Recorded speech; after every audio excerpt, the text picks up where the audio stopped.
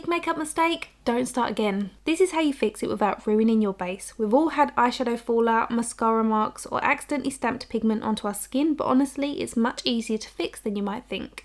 I'm going to use a dark brown eyeshadow just to recreate the realistic mess. This is the kind of fallout you would normally get from eyeshadow, and we know what it's like when you try to move it, it just smudges. But even if it's this bad, you can still fix it without ruining your base. The key step next is to hydrate your base. I'm using a product that I think has been discontinued, but what you want to look for is a really fine micro mist, more of a skin mist than a setting spray, with humectants like glycerin and hyaluronic acid. That is what's going to rehydrate your makeup without making it oily. We're going to take a cotton bud dipped into a small amount of micellar water. Then you want to roll your cotton bud in towards the mess. Don't swipe it or you'll spread it everywhere. Rolling keeps everything controlled and it lifts the pigment off cleanly. So any angle that you come at it, always roll inwards. Do it as many times as you need to make sure all of that pigment has disappeared.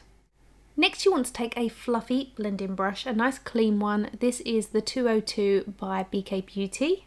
And while the skin is still damp, we're going to gently buff around the edges. This blends out any harsh lines so you're not left with a visible patch.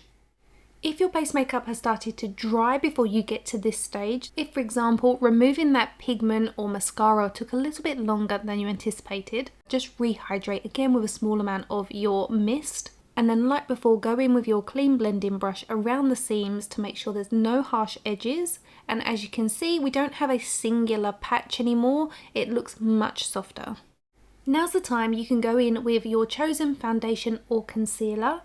I'm using the Double Wear as that's what I already had on as my base, but feel free to reach for whatever you already had on.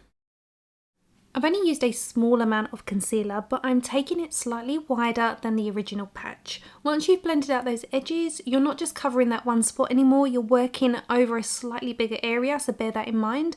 I like to tap it on with my finger first because I feel like this gives me more control and precision of where it's going. And then I just like to use a damp sponge and bounce over the top. It blends everything out nicely and it gives you that seamless airbrushed finish without any streaky marks.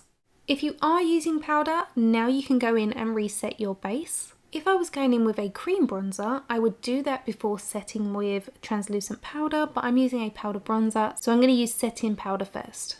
This is the Super Suede Powder Bronzer by Say Beauty, and if you are a huge fan of the Bare Minerals Endless Summer Bronzer that they discontinued in Faux Tan, I found this to be a really great alternative. This shade is called Amalfi and it's really close to Faux Tan. So as you can see, my bronzer's gone on beautifully. I'm now going to go in with the Daniel Sandler Watercolour Blush. Yes, you can definitely stipple a cream or liquid over a powdered base, provided you've not gone in too heavy and you're using a stipple motion. But if you do mess it up, you now know how to fix it. Let's just remind ourselves where we started, because this would intimidate most people, but hopefully now you feel confident enough to fix it instead of starting again, and the result is completely seamless, like it never even happened. Let me know in the comment section if you found this helpful.